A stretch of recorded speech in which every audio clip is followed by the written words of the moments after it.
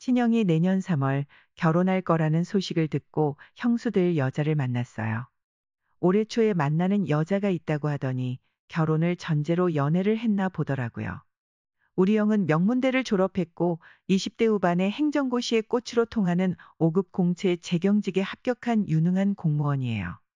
솔직히 같은 남자인 제가 봐도 형은 능력도 외모도 모두 출중합니다. 훈남 스타일에다가 부모님이 형 장가 갈 때 준다고 경기도 쪽에 4억 조금 넘는 아파트도 미리 장만해 놨었는데 누가 봐도 1등 신랑감이었죠.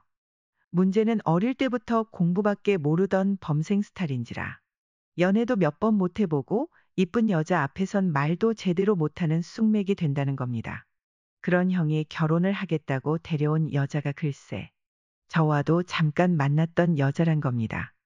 그녀는 대학 다닐 때부터 양다리 걸친 적도 많았고 캠퍼스 커플로 만난 남자만 5명이에요. 또 클럽 엄청 자주 가고 술 담배 좋아하고 남자도 엄청 밝히는 여자였는데 과거 그렇게 문란한 생활을 했던 여자가 충격적인 과거를 숨기고 완전 청순한 여자인 척하는데 완전 새롭게 탈바꿈되었으니 착한 여자로 세탁되었다고 해야 하나. 아무튼 형과 어른들 앞에선 조신한 여자인 척하며 세상 물정 모르는 우리 형의 아내가 되려고 하는 겁니다. 과거를 숨긴 형수의 정체를 알고 있는데 이 결혼 축하해줘야 하는 건가요? 형수될 여자가 서울에서 약 1시간 떨어진 어느 유원지의 유료 주차장에서 단둘이 보자고 연락이 왔다. 약속 장소에 시간 맞춰 주차장에 차를 주차하고 5분쯤 지나니깐 그녀가 내 차를 알아보고 다가온다.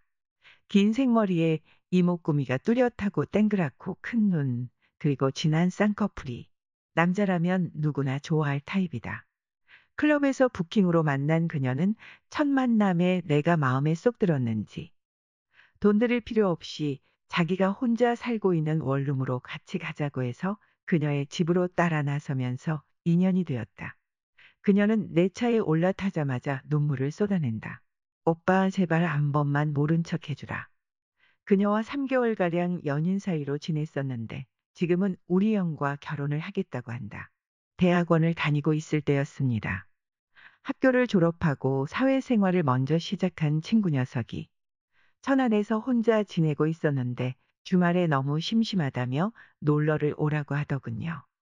그래서 친구 2명과 함께 천안에 도착해 넷이서 술 한잔하고 있는데 옆에 있던 친구 한 놈이 남자들끼리 궁상맞게 이게 뭔 짓이냐며 자기가 여자를 꼬셔줄 테니 이 차는 자꾸 클럽을 가자고 하는 겁니다. 이 친구가 얼굴이 잘생긴 건 아닌데 키가 188 정도의 팔다리가 길쭉길쭉한 게 옷발이 잘 받는다고 하나. 자기 말로는 클럽에서 여자들한테 잘 먹히는 스타일이라고 자랑을 하더군요. 한 번은 우연히 알게 된 게 카톡에 새 친구로 그 친구가 자꾸 뜨니까 이놈은 뭔데 자꾸 새 친구로 뜨는 거지 하고 좀 이상하게 여겼었는데 나중에 알고 보니 클럽에서 만난 여자를 데리고 놀다가 쿨하게 안 헤어지고 약간 들러붙는다 싶으면 카톡을 삭제하고 다른 아이디를 파서 재가입한다고 하네요. 그래서 다른 친구에게 이놈 진짜로 여자한테 인기가 많은 게 맞냐고 물었더니 자기도 몇 번 따라가 놀았던 적이 있는데 사실이라고 하더군요. 솔직히 여자를 많이 만나보지 못한 저로선 무용담처럼 들려주는 나이트에서 만난 여자 이야기가 많이 부럽더라고요. 한창 이야기하던 중에 지금까지 클럽에서 만난 여자 중에 마음에 드는 여자가 단 한 명도 없었냐고, 왜 연애를 안 하냐고, 꾸준히 만날 생각은 안 하냐고 했더니 그동안 진짜 예쁜 여자는 많이 만나봤지만 클럽에서 알게 된 여자랑은 그날 쇼부를 보고 나면 버린다는 식으로 말하네요. 자기는 구질구질하게 재탕하는 스타일은 아니라고. 한창 이야기하던 중에 이놈 능력이 궁금해서 이 차는 결국 클럽으로 가게 되었습니다. 넓은 룸을 하나 잡고 양주 2병과 안주를 하나 시키니 맥주 10병 정도가 서비스로 나왔습니다. 친구 녀석이 웨이터에게 팁 5만 원 쥐어주고 잘 부탁한다고 했더니 문이 닫힐 틈이 없이 여자들이 들어오고 나가고 계속해서 부킹을 시켜주더군요. 그렇게 한참 동안 술이 들어가고 새벽 2시가 훨씬 넘어갈 무렵 술이 만취에 가까운 한 여성이 들어왔고 쭉돌이 놈이 저한테 이 여자 괜찮은 것 같은데 너 어떠냐고 하길래 마음에 든다고 고개를 끄덕였더니 제 옆에 딱 앉히더군요. 근데 앉자마자 자기야 귀엽게 생겼다. 오늘 책임질 수 있어. 그러는데 처음 보는 여자가 너무 적극적으로 다가와서 저는 아무 말도 못하고 고개만 끄덕끄덕했죠.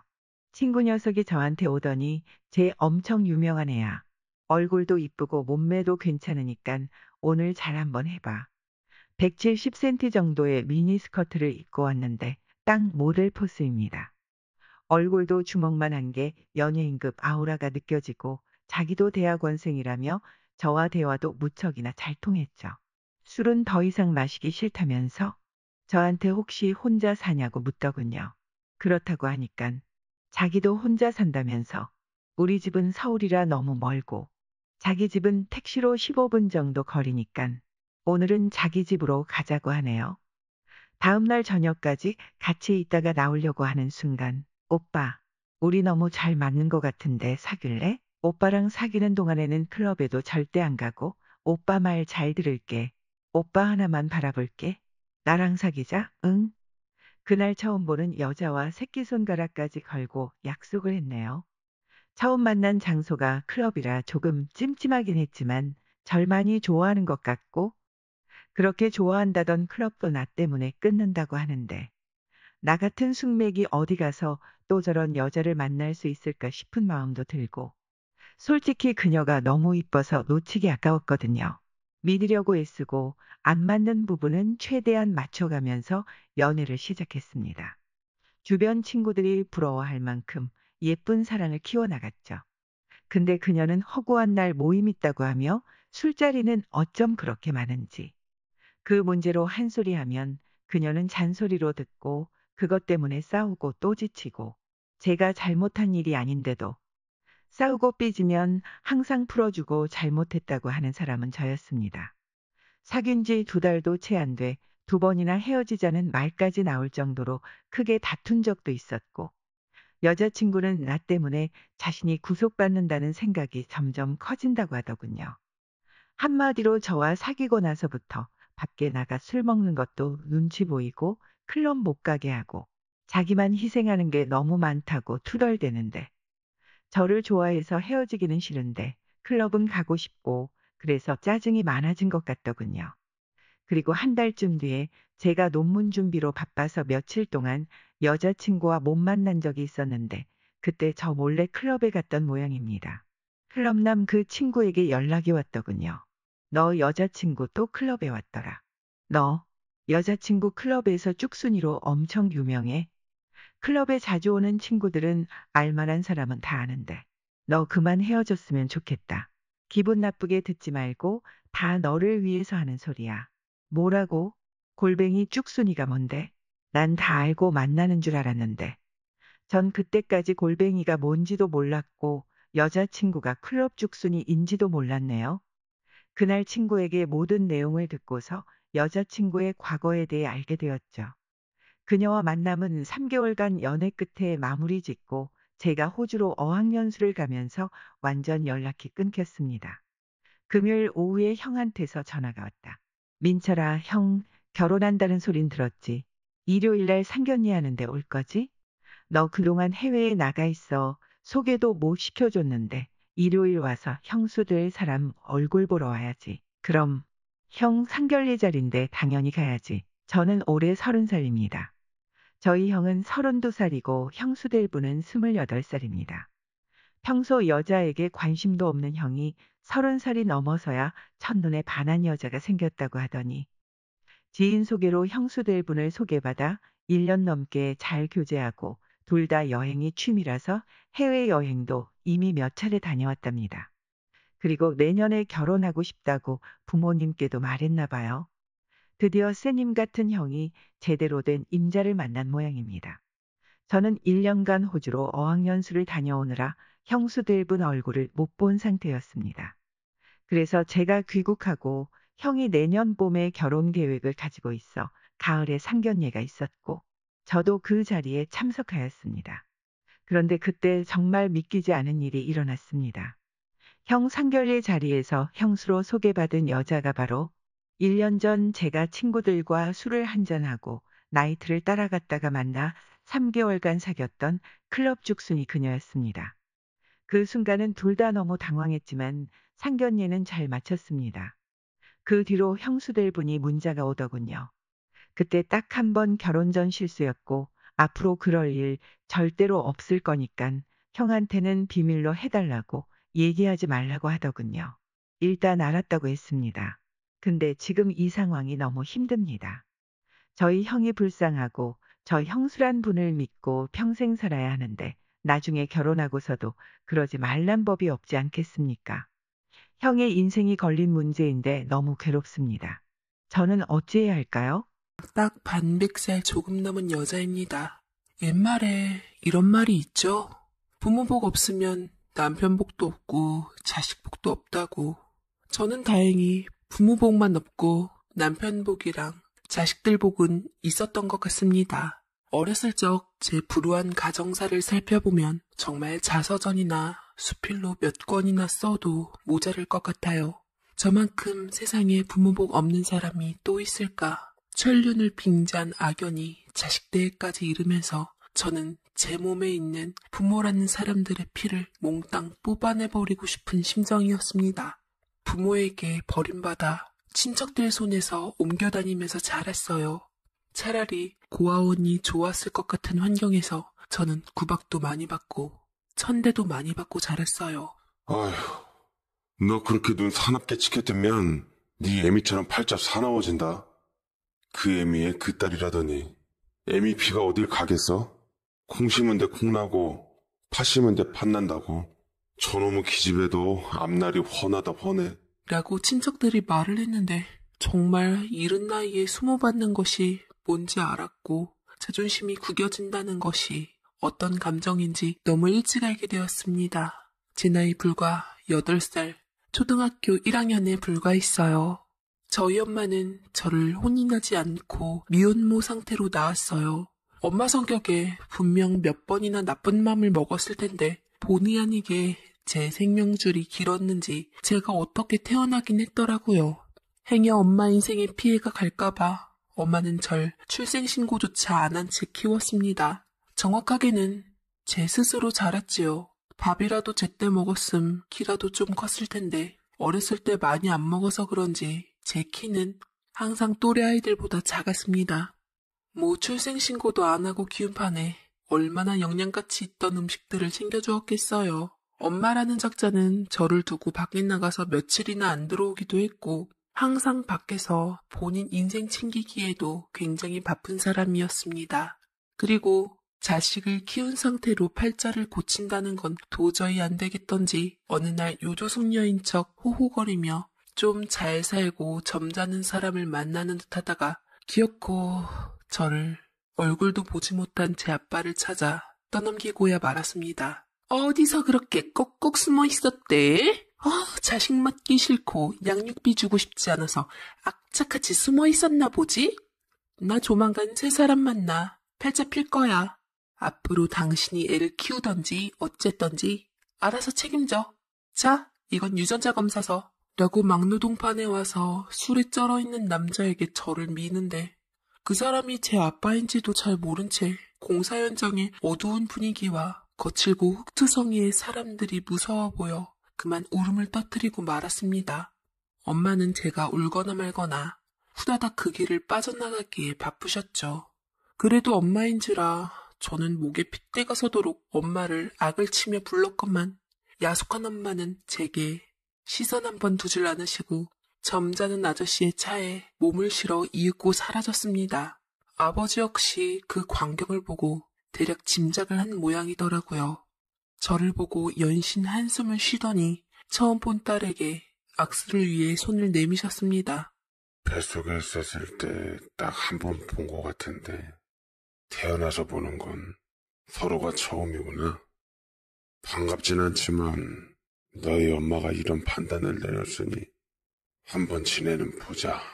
라고 얘기하셨는데 엄마의 외면에 갈 곳이 없어서 아버지의 손을 잡을 수밖에 없었지만 그 손이 그닥 튼튼치 못한 동아줄이라는 것을 저는 본능적으로 예감했습니다. 아버지는 하루가 멀다 하고 어린 절 신경 쓰지 않고 취해서 들어오셨습니다. 아버지가 절 돌봐주는 게 아니라 오히려 제가 아버지를 돌봐야 할 실정이었어요. 어린 제가 고사리 손으로 가스불 앞에서 어설프게 콩나물국을 끓여 내놓자 아버지는 그런 어린 제가 딱했던지 뒤늦게 절 호적에도 올려주고 출생신고도 해준 후 저를 학교에도 보내주었습니다. 그렇지만 아버지는 몸이 자주 아픈 편이었어요. 그놈의 음주 때문에 몸이 많이 상했던지 가끔 각혈을 하기도 했습니다. 기침을 하며 각혈을 하는 아버지가 걱정스러워 제가 약국에다 얘기해서 약을 지어 갖고 오고 병원에도 가자고 했지만 아버지는 본인의 병을 잘 안다는 듯 꿈쩍도 하지 않았어요. 나 같은 사람에게는 자식이 어울리지가 않아. 그간 쌓인 미우정 따위 때문에 아비 자격 없는 사람 위해서 마음 힘들거나 슬퍼하지 말고 이번 주부터 네 고모한테 가서 살아라. 그쪽도 살기 어려운 건 마찬가지지만 그래도 나나 네 엄마보다는 낫지 않을까 싶다. 말 잘해놓을 테니 너무 겁내하지 말고 착하다 우리 사이. 라며 처음으로 저를 품 안에 안아주시고는 머리를 쓰담쓰담도 해주셨습니다. 그리고 이튿날 아버지는 힘든 얼굴로 고모네 집에 절 트럭에 실어서 보내주었어요. 아빠가 눈물을 머금고 당부한 말인 것 같아 거욕도 안 했고 그저 제 운명을 받아들이려고 노력했어요. 저는 초등학교 2학년 때 지방에서 경기도로 전학 가게 되었고 엄마에서 아빠, 아빠에서 고모 손으로 옮겨가게 되었습니다. 10살도 안 살았는데 참 기구하다 한숨을 푹푹 쉬는 건 제 일상 중 하나였어요. 고모는 그나마 아빠네 형제들 중에서는 그럭저럭 좀 사는 축에 속했었고 미용실을 운영했습니다. 자식들도 둘 있었는데 저보다는 훌쩍 큰 초등학교 6학년, 중학교 2학년이었습니다. 다 큰 자식들은 고모에게 징징거리며 용돈 달라, 밥 달라, 뭐 사달라 해도 이쁨 받았지만 저는 학교가 끝나면 미용실에 가서 고모가 시킨 머리카락 쓸어 담고 수건을 빨고 널고 개키고를 반복했죠. 그것조차 고모의 마음에 안 들면 할머니나 삼촌들 집을 쫓겨나 전전해야만 했습니다. 그래도 배운 게 도둑질이라고 어릴 적부터 그렇게 모진 말 달고 일한 덕분에 지금 제가 잘 먹고 살기는 되었지요. 저는 고모 미용실에서 허드렛 일을 했고 중학교, 고등학교까지 갔을 때는 고모가 공짜로 직원 부리려고 제게 직접 머리 다루는 일을 전수해준 덕에 저는 살림 미천의 기술을 익히게 되었습니다. 그렇지. 커트는 그렇게 해야지 스타일이 사는 거야. 여기 아래 숱도 좀 더 치고 하면 훨씬 깔끔해 보이지? 자, 여기다 파마를 한번 말아보자. 저기 중화제며 재료 좀 갖고 와봐. 눈 뜨지 말고 빨리빨리. 성격 급한 고모가 저 쉬는 꼴을 못 봐 인간적으로 심술궂고 못되게 제게 들어가는 것을 아까워했지만 그래도 손기술 하나만큼은 동네에서 최고봉으로 쳤기에 저는 그런 노하우들을 곁에서 익히게 되었죠. 그리고 고등학교 딱 졸업했는데 제 졸업을 축하하러 오는 사람은 아무도 없었습니다. 세 가정 있는 엄마는 당연히 감감무소식이고 아빠는 그 무렵 병상에 누워 있었으며 고모는 일하느라 바빴죠. 그래도 고모의 딸인 큰언니가 어떻게 제 졸업을 기억하고선 한참 지난 후에 공짜로 축하한다는 한마디는 해주더이다. 졸업한 후 저는 고모의 미용실에서 일을 했는데 그곳에서 어느 남자를 만나게 되었습니다. 몇 달 전부터 단골 손님이었는데 머리 자를 때가 안 됐는데도 툭하면 머리를 다듬으러 왔더라고요. 그리고 항상 저를 지목하며 제게 머리를 잘라달라고 했습니다. 고모 몰래 주머니 속에 팁도 종종 넣어주었죠. 그 남자가 고마워서 저는 배웅을 해드리며 말했습니다. 솜씨는 저희 원장님이 더 좋으신데 계속 제게 머리를 자르셔서 괜찮으실지 모르겠어요. 그렇게 조금씩 자주 자르시면 돈도 더 많이 들 텐데 다음에는 조금 텀을 두고 오신 다음에 저희 원장님께 자르세요. 싫은데요? 그럼 서희 씨한테 내 머리를 못 맡기잖아요. 일부러 머리 기르려고 내가 얼마나 부단하게 노력하는 줄 알아요? 서희 씨 조금 더 자주 만날 수 있게 다음에는 더 짧게 잘라줘서 금방 지저분하게 보이게 해주세요. 아셨죠? 라며 제게 편지 한 장을 주고 훅 가버리는데 뭐 저런 별난 사람이 있나 했지만 나쁜 사람은 아닌 것 같아서 불쾌하거나 하진 않았어요. 편지를 열어보니 마음을 표현한 글과 영화 티켓 2장이 들어있더라고요. 설마 이런 내게도 남자가 다가와줘서 봄은 오는구나. 처음으로 이성에게 설레보았습니다. 편지 내용도 온갖 시적 구절과 미사여구를 다 붙여가며 제게 아름답다고 좋다고 마음에 든다고 얘기를 써놨는데 웃기고 재밌더라고요. 살면서 인생의 재미는 처음 느껴봤습니다. 마침 편지의 약속을 정한 날에 고모네 식구들이 가족여행으로 놀러간다는 날이라 저는 부담없이 그 사람과 약속한 데이트 장소에 나갔어요. 쫙 빼입고 저보다 일찍 온 남자는 레이디 버스트라며 저를 에스코트 해주더라고요. 그렇게 첫 영화를 같이 보고 처음으로 레스토랑에 가서 스프랑 비우가스라는 것도 먹어보고 그 남자와 함께 산책길을 걸었습니다. 듣고 보니 그 남자는 이른 나이에 결혼해서 애 하나 두고 사별한 전적이 있더라고요. 허나 그런 건 제게 중요한 일이 아니었습니다.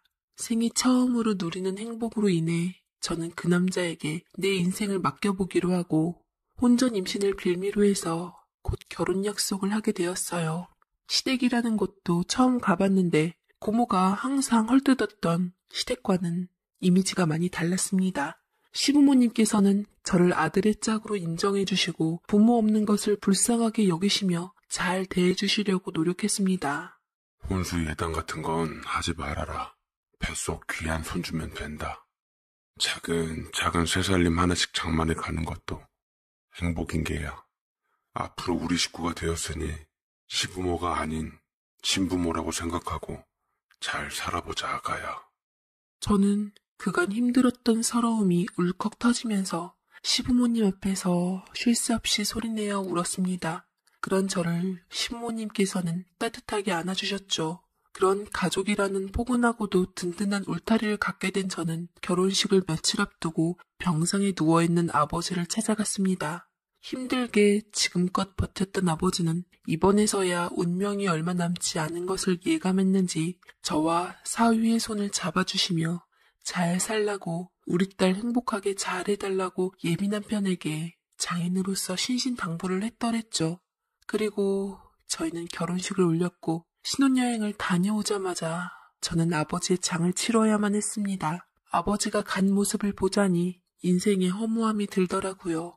아버지는 저렇게 허망하게 가셨는데 나를 버린 엄마는 자신의 인생을 지키기 위해 출생신고조차 안 해준 비정함으로 대체 어떤 모습으로 살까 내심 궁금해졌지만 찾을 생각은 꿈도 꾸질 않았습니다. 모든 걸 다 잊고 새로운 가족들 틈에서 내 인생 살고자 이악문 저는 남편의 울타리 안에서 남편이 벌어다 준 돈으로 저를 유난히 잘 따르는 사랑스러운 아들과 달콤한 결혼 생활을 시작했죠. 그리고 얼마 안 가 뱃속 제 아이가 태어났어요. 어여쁜 딸이었습니다. 아들이 귀한 시대였지만 이미 사별한 전부인의 아들이 있었기에 제 딸 역시 탄생에 많은 축복을 받았습니다.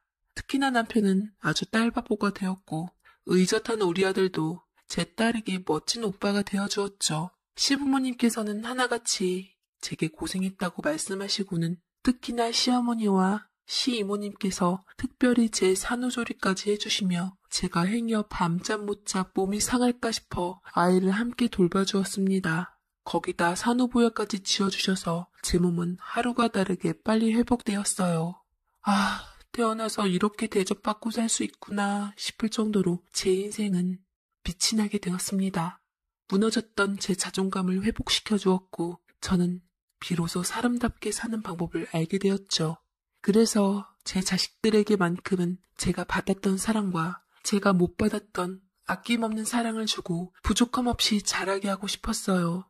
남편은 당시 시아버지를 도와 수제화를 만드는 일을 하고 있었는데 노련한 솜씨로 가죽을 이용해서 신발을 뚝딱 만들어내는 게 여간 신기한 일이 아니었습니다.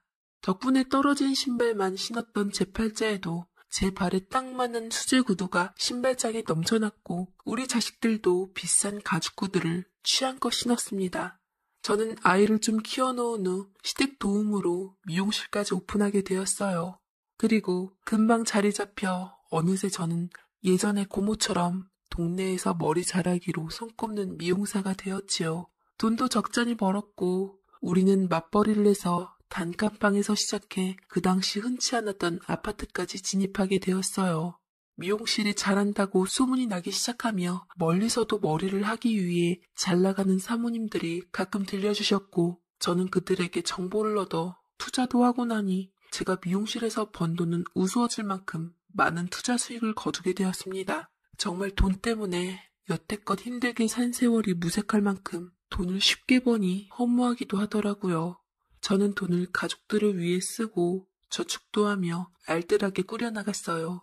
더욱이 제가 못 배운 한이 많아 우리 자식들에게는 아낌없이 교육비로 투자했습니다. 그 결과 아들, 딸 둘 모두 잘 따라와줘서 우리나라 명문대 중 하나인 K대, Y대를 나란히 진학하게 되었어요. 둘 다 어학연수다, 배낭여행이다, 원하는 건 다 보내주었더니 아들은 세상을 보는 견문도 넓어져 더 멋진 꿈을 꿀 수 있게 되었습니다. 그래서 그토록 원하는 기업에도 입사하게 되었죠. 그렇지만 너무 많은 공부와 경험에만 인생을 쏟았던지 제일 중요한 한 가지를 간과하게 되었습니다. 바로 사람을 보는 눈 말이죠. 저는 어렸을 적부터 고생을 많이 해서 그런지 비록 배움에는 약했어도 사람을 기가 막히게 아는 눈은 트여 있었어요. 하지만 특히나 순진한 우리 아들은 어디서 놀다가 알게 된 여자에게 빠진 후 정신을 못 차려 제가 걱정이 이만저만이 아니었습니다. 남편도 일단은 절 진정시키고 아들이 어디까지 하나 지켜봤지만 세상에 그 녀석이 누가 지 아빠 아들 아니랄까봐 사귀던 여자에게 애를 들어서게 만들고 말았답니다. 오빠를 유난히 따랐던 제 딸이 저희 앞에 와서 어디서 무언가를 들었는지 심각하게 귀뜸을 해주는데 심장이 벌렁벌렁거렸죠. 엄마, 아빠, 어떡해. 오빠 큰일 났어. 아무래도 이상한 여자한테 제대로 걸린 것 같아. 백화점에서 오빠가 만나는 그 여자를 우연히 봤는데 그 여자 엄마처럼 보이는 할머니랑 그 여자랑 팔짱 끼면서 남자 한 명 봉잡았다고 팔자 고쳤다고 명품들을 막 쓸어 담더라고. 그거 우리 오빠 얘기하는 것 같아. 이걸 어쩌면 좋아. 엄마, 오빠 정말 그 여자랑 결혼 허락해줄 거야? 딸의 우려스런 생생한 증언 아래 남편과 저는 안 되겠다 싶어 아들을 세워 난리를 피웠고 뒤늦게서야 소가리를 앓던 아들의 입장을 들어보니 덫에 제대로 물려버리고 말았더군요. 비겁한 말이라고 생각하겠지만 술 먹고 나누라 기억조차 잘 나질 않는다고 했습니다. 아들은 실수한 것에 대해 뒤늦게 후회했지만 이미 늦었죠. 아들만 바라보고 있던 선짜리들은 다 물거품이 되었고 집안 좋고 참한 교수들은 한물만 키게 되었습니다. 저희 역시 오랜 고민 끝에 울며 겨자 먹기로 아들의 결혼을 받아들일 수밖에 없었죠. 근데 정말이지 며느리감 되라이에 첫 만남부터 기가 막힌 나머지 결정을 다시 재고하지 않을 수가 없더라고요. 처음에는 조신한 모습으로 정체를 잘 숨기다 어디서 저희가 지를 반대했다는 얘기를 들었던지 느닷없이 잔뜩 술에 취해가지고서 저희 앞에 과감한 모습을 드러냈는데 남편은 거의 넘어가기 일보 직전이었어요. 임산부인 것을 알고 있던 저희들은 며느리의 취기 어린 모습에 벙치고 말았습니다. 어머님, 아버님, 두 분이 그렇게 잘나셨어요? 좀 살면 임신한 며느리 들어오기도 전에 구박해도 되는 거냐고요. 아들 1류대 보내고 잘 키운 게 다들 장사하려고 그러신 거예요? 말 좀 해보시라고요. 네? 진짜 노인네들 귀가 어두운가? 왜 자꾸 사람 말을 무시해? 왜? 나도 예전엔 잘 살았다고. 거기다 상식 없는 오만망자함에 예의범절이라고는 밥 말아먹은 아이였죠. 그 순간 저는 결심을 할 수밖에 없었습니다. 이거야 도저히 안 되겠다 싶었죠. 비록 친아들은 아닐지언정 마음으로 낳은 내 아들의 인생을 위해서 오직 그것만 생각하고 책임비를 단단히 지급하더라도 떨치리라 다짐했어요. 이혼보다는 파혼이 낫잖아요. 이기적인 엄마라고 욕해도 어쩔 수 없었고 절대로 우리 아들이 불구덩이에 들어가는 꼴은 볼 순 없었습니다. 하지만 며느리는 언제 그랬냐는 듯 돈봉투로 무마하려고 불러낸 제 앞에서 무릎을 꿇으며 싹싹 빌었고 정말 실수였다고 한 번만 봐달라고 예비시댁인 저희에게 사정하며 애원했습니다. 뱃속 아기까지 내세워서 지난 일을 후회하며 앞으로 절대 그러지 않겠다고 하는데 저는 독한 마음을 품고 후안을 떨치기로 했습니다. 사람 고쳐서 쓰는 게 아니라는 말이 왜 나왔는지 잘 아니깐요. 당돌한 그 애에게 더 이상 할 말 없다며 네가 백화점에서 쓸어 담은 명품 가방들 당분간 그 돈으로 원 없이 살 수 있을 정도는 된다 얘기한 후 뒤도 안 돌아보고 자리를 일어섰습니다. 그런데 그때 갑자기 식당 문을 쾅 소리가 나도록 열고 난 후 두 팔을 걷어붙인 채 등장한 험한 작자가 있었으니 꽤 나이 먹은 듯한 노파였습니다. 하며 제게 다짜고짜 달려들어와 삿대질을 하며 몰아세우는데 몸에 영혼이 빠져나가는 기분이더라고요. 저는 순간 그 여자를 보고 너무 놀라서 세상에 이런 악연이 또 있을 수가 있나 싶어 다리에 힘이 풀려 주저앉고 말았습니다. 그 사람이 누군지 저는 한눈에 알아볼 수 있었습니다. 손발이 부들부들 떨리며 간담이 서늘해지는 틈조차 허용하지 않은 채 노파는 얼마나 힘이 좋은지 제 멱살을 들이따 잡고 보더라고요.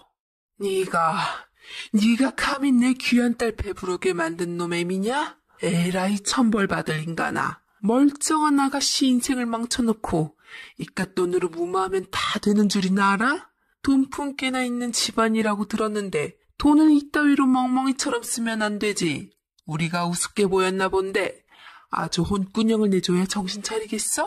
이딴 식으로 책임 회피하면 난 네 아들 직장에 찾아가서 시위라도 할지언정 얼굴 못 들고 다니게 해줄 줄이나 알아. 알겠어? 라고 제 눈을 마주치시며 막말과 욕설을 해대는데 도저히 그 노파한테서 눈을 뗄 수가 없었습니다. 네, 거진 30년 만에 만났지만 제가 어떻게 그 사람을 잊을 수 있겠어요. 사랑과 미움을 동시에 지니게끔 했던 그녀. 그 사람은 다름 아닌 바로 30여 년 전에 아버지에게 절 버리고 다른 사람하고 재혼한 제 친엄마가 분명했습니다. 혹시나 몰라 엄한 타이밍에 이름도 물어봤더니만 그 여자는 제가 자기의 이름을 알거나 말거나 어떻게든 자기 딸이랑 우리 아들과 결혼시킬 목적만 있는 사람 같았습니다.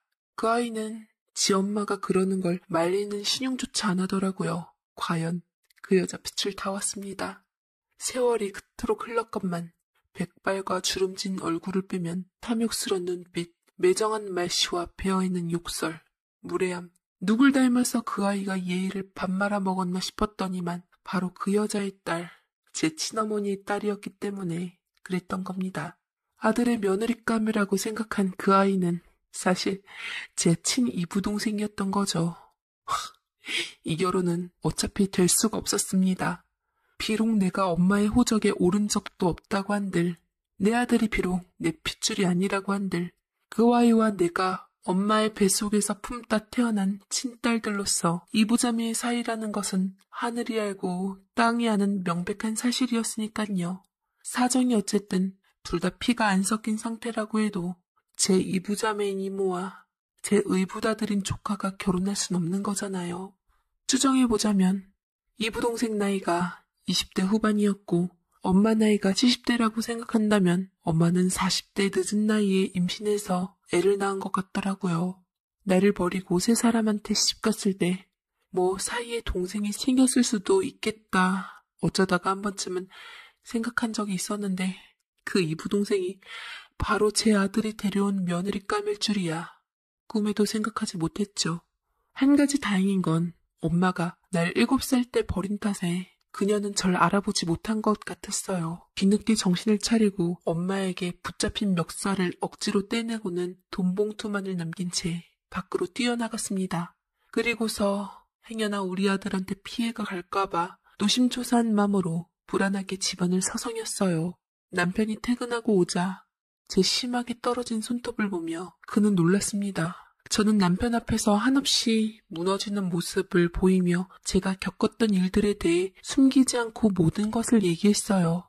그래야만 어떻게든 의논이 되고 해결이 날 것만 같았습니다. 제 말을 듣고 남편 역시 경악을 금치 못했고 한동안 제 앞에서 말이 없더라고요. 저는 억장이 무너지는 심정에 엉엉 소리내어 울었고 남편은 저를 위로해주다가 조심스럽게 뱉었습니다. 우리 이렇게 모른 척하지 말고 직접 당신 어머니, 아니 장모님께 찾아가서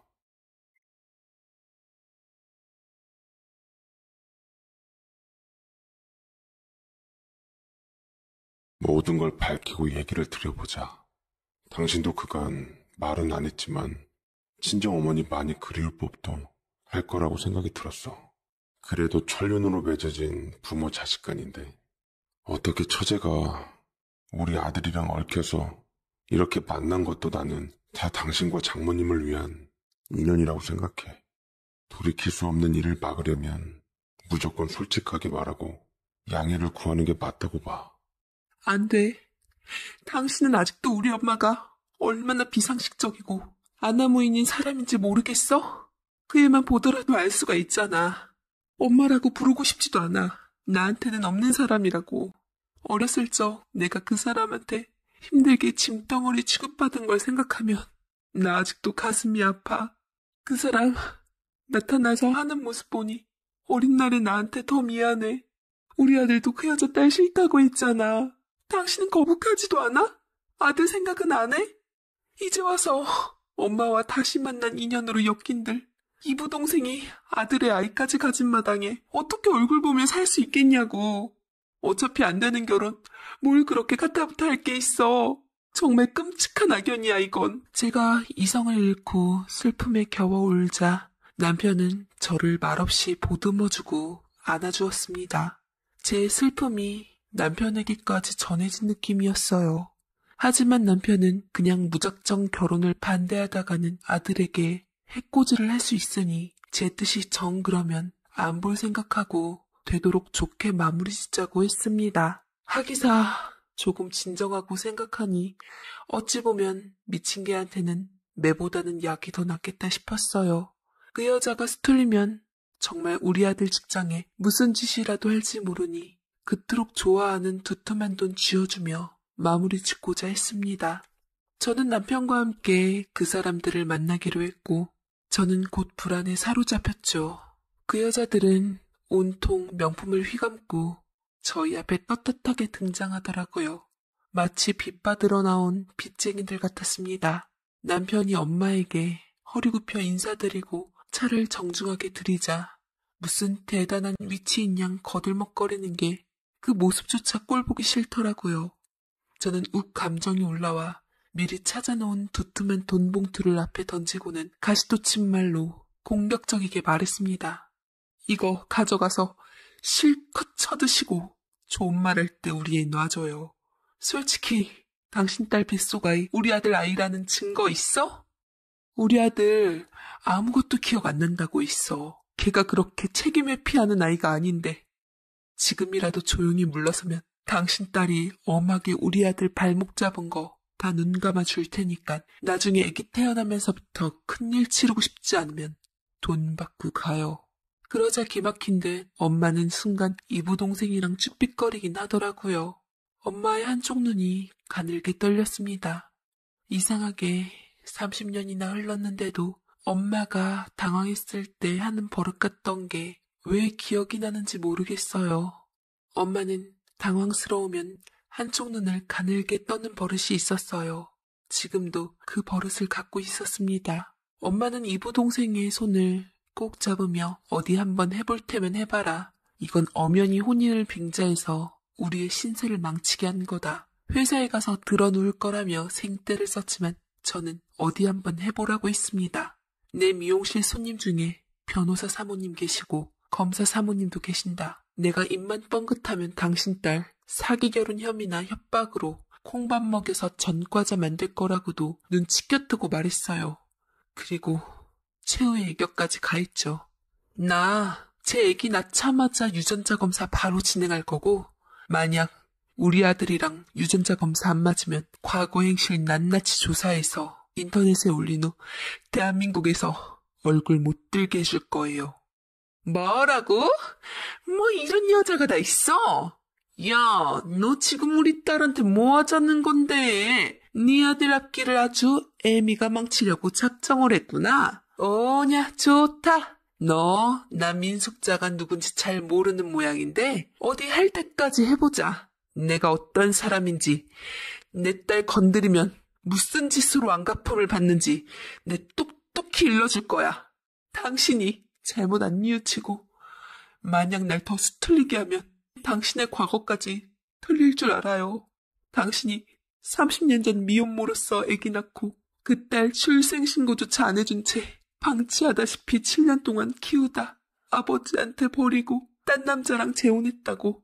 그리고 나중엔 그 재혼한 남자 사이에서 낳은 딸을 30년이 지난 후 버린 딸의 아들과 사기 결혼시키려 한다고 다 공개해서 당신 모녀 우리나라 자체에서 발 못 붙이게 할 거라고요. 나와 내 아들 근처에는 얼씬도 못하게끔, 두 번 다시 내 인생에 침범하지 못하게끔 내가 다 막아놓을 거야. 절대 당신 용서 못할 거라고. 라고 악에 받쳐 소리치는데 대체 그런 소리를 하는데 눈물까지 왜 나왔는지 모르겠어요. 제가 이렇게까지 나오자 제 태도에 당황했던지 추억하는 과거가 까발려진 게 당황했던지 저를 위아래로 훑어보았습니다. 절 기억해내려고 애쓰는 것 같더라고요. 하지만 쉽지 않았겠죠. 7살에 버린 딸을 어떻게 기억한답니까? 그렇게 모성애가 강한 사람도 아니었는데. 그래도 그때 엄마가 날 알아봐줬으면 좋겠다는 생각을 아주 조금은 했어요. 남편이 절 진정시키며 그제서야 나서더라고요. 일어난 후 꾸벅 저희 어머님께 인사를 드린 후 좋게 말했습니다.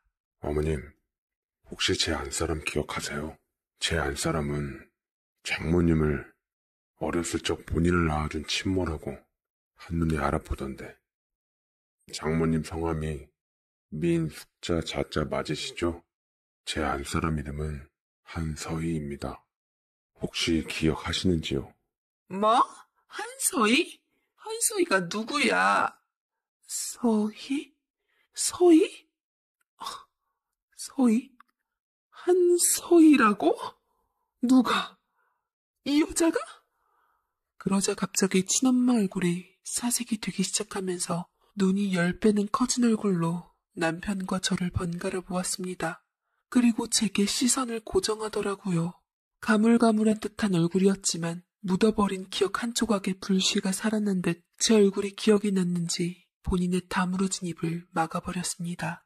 옆에 이부동생은 자기 어머니가 왜 사색이 됐는지도 모른 채 저와 지엄마를 얼뜨기처럼 보고는 왜 그러냐고 묻기만 했어요.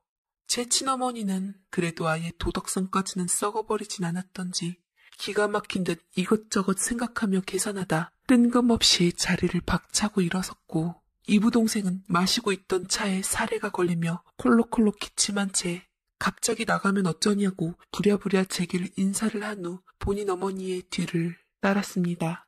이부동생은 뭔가 일이 틀어진 걸 알았던지 그 와중에서도 탁자에 있던 두툼한 돈봉투를 챙기고 나가버렸지요. 딸 참 야무지게 키웠더군요. 저 행동을 봐선 30년 전 버린 딸을 그래도 어머니께서 기억은 해주신 모양이셨어요. 끝까지 친어머니가 뻔뻔스러운 모습을 저와 남편 앞에서 보여주지 않아 다행이었습니다. 가족이랍시고 물고 늘어지며 돈을 지속해서 요구할까봐 충분히 그럴 수 있는 사람이라 여기고 나오는 데까지 노심초사했는데 저렇게 순순히 가준 덕에 얼마나 남편 앞에서 면이 섰는지 모릅니다. 그렇게 남편의 손을 잡고 밖으로 나왔고 어머니와 동생이 갔을 법한 방향을 보며 내심 울컥하더라고요. 왜 그랬는지는 모르지만 억장이 무너지는 게 남편의 품에서 한참이나 울었습니다.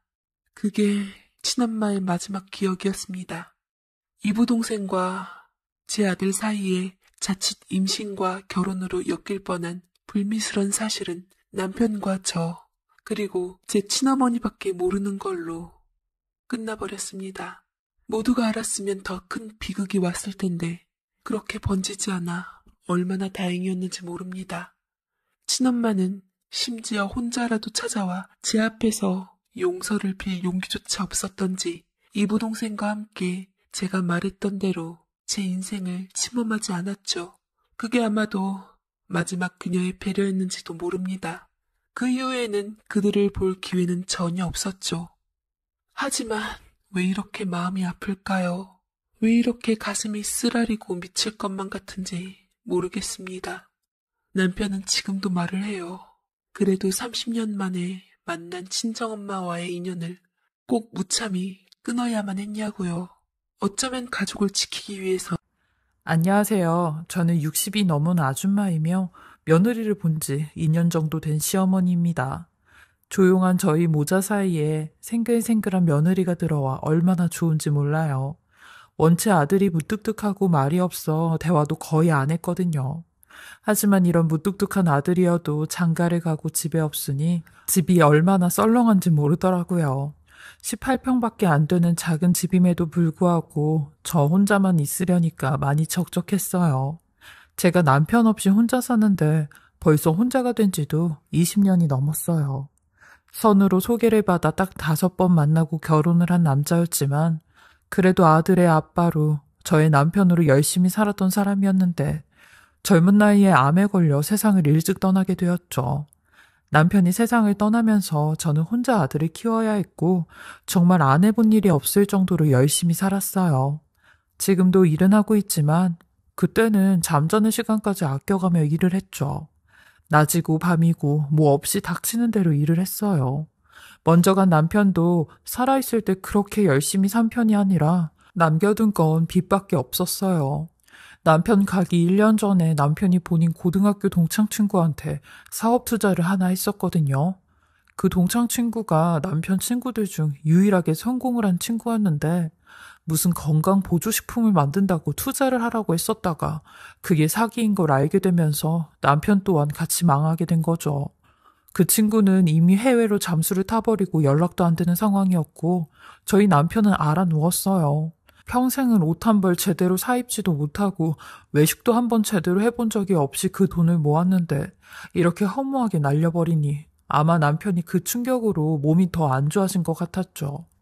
그렇게 남편은 제게 빚만 남긴 채 무책임하게 떠나버렸어요. 그것 때문에 전 평생토록 손에서 일 한 번 놓지 않고 산 거죠. 하지만 지금은 그렇게 산 세월을 보상이라도 받듯 조금은 살만해졌어요. 아들도 대학 졸업 후 바로 취직을 해 집 밥벌이는 지가 알아서 했고 장가도 자기가 번 돈을 모아서 갔으니 제 짐을 많이 덜어주었죠. 그리고 이제야 사람 사는 듯이 살고 있어요.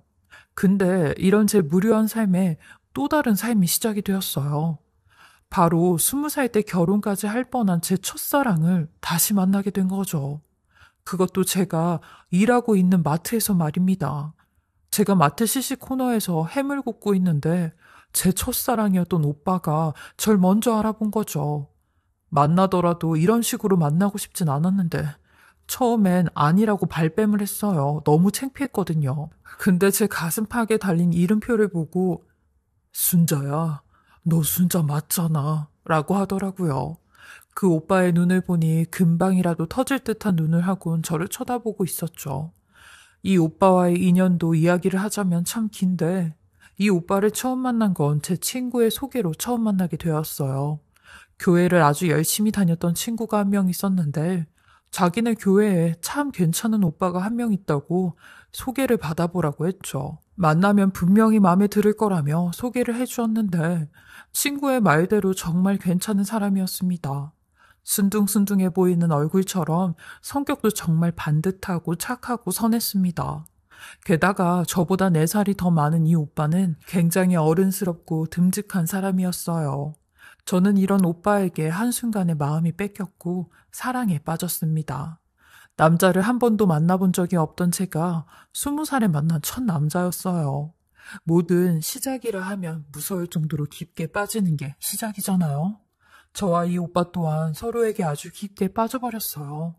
어느 정도로 깊게 빠져버렸냐면요. 그동안 혼전순결을 외쳐왔던 이 오빠가 제게 먼저 나는 어차피 순자랑 결혼을 할 사람이니까 내 혼전순결은 순자한테 바쳐도 되겠지? 라는 말까지 한 사람이었어요. 그렇게 저랑 오빠는 서로 사랑하는 마음을 확인하고 강원도 민박집에서 하루를 보냈어요. 그렇게 저희는 미래를 약속하며 1년 반 동안 연애를 했고 오빠 부모님의 성화에 결혼을 하기로 하였습니다. 그리고 저희 부모님께 인사를 갔죠. 엄마는 제가 남자를 만나고 있다는 건 알고 계셨는데 오빠 얼굴은 그때 처음 보신 거죠. 하지만 굉장히 기대를 많이 하고 있던 엄마가 오빠를 보고 영 마음에 안 든다는 표정을 하고 계셨어요. 저희 아버지는 오빠가 양손 가득 물 바리바리 싸들고 온 걸 보고 정신이 팔려서 마냥 좋다고 하셨죠. 저희 아버지 한평생 술만 드시고 경제활동도 해본 적이 없던 분이시라 참 둔하고 무르신 분이셨거든요. 근데 엄마는 아니었어요. 엄마가 장사를 오랫동안 하셔서 사람 보는 눈이 좀 남다르시긴 했는데 이 오빠의 관상이 안 좋다고 하셨어요. 서글서글해 보이는 얼굴 뒤에 능구렁이가 한 마리 보인다며 영 마음에 내키지 않는다고 극구 반대를 하셨죠. 심지어는 제가 이 오빠랑 무조건 결혼을 할 거라고 시위를 벌였을 때도 엄마는 절 무시하고 선자리를 주선해 그 남자가 절 만나러 집까지 오곤 했어요. 그렇게 1년 가까이 엄마와 씨름을 했는데 결국 전 엄마의 의지를 꺾지 못했고 마지막에 선을 본 남편과 결혼을 하게 되었어요. 저는 말 그대로 이 오빠와 생이별을 하게 되었는데 얼마 안 돼 이 오빠도 결혼을 했다고 했어요. 이젠 정말 서로 사랑해도 사랑할 수 없는 사이가 되었다는 슬픔에 저는 결혼 생활도 제대로 하지 못했어요. 남편과 같이 있는 게 너무 싫어서 밤마다 베개를 들고 이 방 저 방 도망을 가기 바빴거든요. 하지만 이것도 세월이 약이라고 무뎌지더라고요. 그리고 아들이 태어난 뒤로는 아들만 바라보고 살았으니 남편과는 그저 그런 사이로 지냈는데 남편이 빚만 남기고 그렇게나 빨리 저 세상에 가버리니 저는 엄마를 엄청 많이 원망하고 탓을 많이 했어요. 엄마만 아니었어도 이 사람 만나서 이런 고생하지도 않았을 거고 엄마만 아니었어도 20살 때 만난 그 오빠랑 결혼을 해서 잘 살고 있었을 텐데 이게 뭐냐고 그랬죠. 그 오빠의 소식을 간간히 들었을 땐 꽤나 잘 살고 있었거든요. 그렇게 그 오빠는 한참을 제 앞에 서선 제 얼굴만 뚫어져라 쳐다보고 많이 보고 싶었다 순자야 라고 하는 겁니다. 전 그 한마디에 얼어붙은 마음이 눈 녹듯이 녹아내렸어요. 그리고 흔들리더라고요. 주책 맞다고 생각하실 수도 있겠지만 남편이 저 세상 간 지 20년 동안 그 젊은 좋은 세월 다 보내고 남자도 한 명 안 만난 채 돈만 벌며 살았거든요. 저도 여자인지라 남자의 품이 너무 그리웠나 봐요. 그리고 그 오빠의 깔끔한 옷차림과 올백으로 올린 머리가 예전보다 더 멋있어 보였어요. 나이가 먹으니 중후한 그 모습에 그게 그렇게 설레더라고요. 오빠는 이따 잠깐 쉬는 시간이고 퇴근 시간이고 얘기를 할 수 있냐고 했어요. 저랑 할 얘기가 많다면서요. 사실 저도 오빠한테 궁금한 게 많았기에 얼마 후 쉬는 시간이니 잠깐 기다려달라고 했습니다. 그렇게 잠시 쉬는 시간이 되어 그 오빠와 마트 밖 벤치에서 근 40년 만에 재회를 하게 되었어요. 오빠는 제가 나오기 전에 미리 따뜻한 커피를 뽑아놔 제 손에 쥐어주며 조심스레 본인의 근황에 대해 말을 해주더라고요. 이사한 딸네 집에 왔다가 빈손으로 가기 뭐해서 과일이라도 사가려고 마트에 들렸다고 하며 어떻게 여기서 널 만날 수 있냐고. 다시 만나야 될 사람은 꼭 다시 만난다고. 죽기 전에 널 한번 꼭 만나고 싶었었는데 이렇게 만나게 되네. 라며 잘 살고 있냐고 했어요. 본인은 지금 이혼을 했다며 이혼한 지는 5년 정도 되었다고 했어요. 전처가 본인이랑 사는 게 재미가 없다며 좀 더 재밌게 살고 싶다고 이혼을 하자고 했대요. 어차피 마음이 떠난 사람을 잡아봐야 서로 힘들 걸 알고는 이혼을 해주었다며 순자는 남편이 잘해줘 라고 하는데 저도 못됐지. 남편이 이 세상에 없다는 말을 반세기 돼 반갑게 하고 말았네요. 저희 남편은 암으로 저 세상 간 지 벌써 20년이 넘었어요. 라고 했습니다. 그러니 그 오빠도 그래? 라며 옅은 미소를 보이는데 그 모습에 서로 민망한 듯 고개만 떨구고 있었죠. 그러면서 저한테 언제 끝나냐고 퇴근할 시간까지 기다릴 수 있다고 딸네 집에는 다음에 가도 된다고 하더라고요. 그렇게 저는 퇴근 후 오빠와 같이 밥을 먹고 2차로 간단하게 술까지 마셨네요. 오빠는 원래 신실한 기독교인이라 술, 담배는 하지 않았는데 사회생활 하면서 술은 안 마실 수가 없어 적당히 마신다고 하더라고요. 그렇게 저는 그 오빠와 40년 만에 만나 쉴 새 없이 떠들어댔어요. 40년이란 세월이 무색하게도 그 오빠랑은 어제 만난 사이처럼 아주 많은 얘기를 나누었는데 참 남편이랑도 이런 얘기와 이런 시간을 가져본 적이 없었는데 이 오빠랑은 아니었죠. 오빠는 술이 어느 정도 들어가니 제 손을 잡곤 내가 원래 이렇게 무례한 행동은 하지 않는데 순자 보니까 내 마음이 주체가 안 되네. 우리 다시 한번 만나볼까? 라는 말에 저도 모르게 눈물이 흘렀어요. 내일 모레면 환갑을 바라보는 제게 다시 설렘과 사랑이 찾아온 거죠. 저 또한 그 오빠의 손을 꼭 잡으며 고개를 흔들었고 그렇게 저와 오빠의 황혼 연애가 시작이 되었어요. 저는 오빠와 함께 쉬는 날이면 무조건 차를 타고 밖으로 놀러 다녔어요. 산이고 바다고 다시 연애를 한다는 기분에 오빠를 바라만 봐도 참 좋더라고요. 저는 아들 모르게 비밀 연애를 했는데 연애하는 게 죄는 아니지만 아들에게 얘기를 하는 건 참 어렵더라고요. 오빠는 저와는 반대로 본인 딸한테는 얘기를 했다고 했어요. 본인 딸도 외국인 남편과 같이 살아 그런가 그런 부분에 대해선 굉장히 우호적이라며 되려 자신의 연애를 응원한다고 하더라고요. 이런 오빠와 1년을 만났는데 오빠는 저를 1년 동안 만나면서 아주 조심스럽게 대해주었어요. 가끔 마트에서 같이 일하는 이혼한 언니들의 얘기를 들어보면 우리 나이 때 남자 만나는 건 무조건 그 짓 하려고 만나는 거야. 순수한 연애? 그런 게 어딨어. 나도 돌싱 친구들이랑 나이트클럽 가면 웬 늑다리 아저씨들이 다들 껄떡거리며 달겨드는데 순수한 사람을 본 적이 없다니까. 라는 말을 듣곤 했는데 오빠는 아니었죠. 오빠는 40년 전이나 지금이나 절 대하는 게 똑같이 저를 쉽게 생각하지 않더라고요. 손 하나 잡는 것도 쭈뼛거렸고 저를 안아주는 것도 3개월이 지나서야 포옹을 하더라고요. 1년 동안 만나면서도 단 한 번을 그런 자리를 갖지 않고 정말 순수하게 저를 대해주었습니다. 제가 같이 일하는 언니들에게 이런 얘기를 하니 1년은 너무한 거 아니야? 네 남자친구 혹시 어디 하나 문제 있는 건 아니야? 무슨 돌부처도 아니고 1년 동안이나 그런 자리를 갖지 않았다니 그건 또 이상하네. 라는 말을 들었지만 저는 되려 속으로 우리 오빠는요 당신네들이 만나는 남자하고는 다르다니까 라는 자부심을 가지며 오빠를 만났습니다. 저 또한 굳이 그런 자리를 갖지 않아도 오빠의 얼굴만 봐도 좋았으니까요. 그리고 만난 지 1년이 되었을 때 오빠는 제게 1박 2일로 여행을 가자고 했어요. 우리가 처음 갔던 그 강원도 민박집이 기억이 나느냐면서요. 그 말에 오빠가 나랑 같이 밤을 보내고 싶구나 라는 말로 들려 저도 얼굴을 붉히며 기억나지 오빠. 내가 오빠한테 내 전부를 바친 날이었잖아. 라며 나도 가끔씩 그때가 생각나 라고 했어요. 그렇게 저는 남사스럽지만 그 오빠와 함께 여행을 떠났습니다. 다 늙은 50대 후반의 여자였지만 가슴이 두근대고 엄청 설레더라고요. 주책맞기도 했고요. 오빠는 미리 예약을 해둔 펜션이 저희 여행지와는 좀 다른 곳에 있다며 저녁 때 들어가자고 했어요. 저는 알겠다고 했고 오빠와 손을 잡으며 속초 바다를 걷고 있을 때였어요. 근데 오빠가 갑자기 바다 한가운데서 제게 무릎을 꿇더니 순자야, 나랑 남은 여생 같이 살래? 라고 하는 겁니다. 말로만 듣던 프로포즈였어요.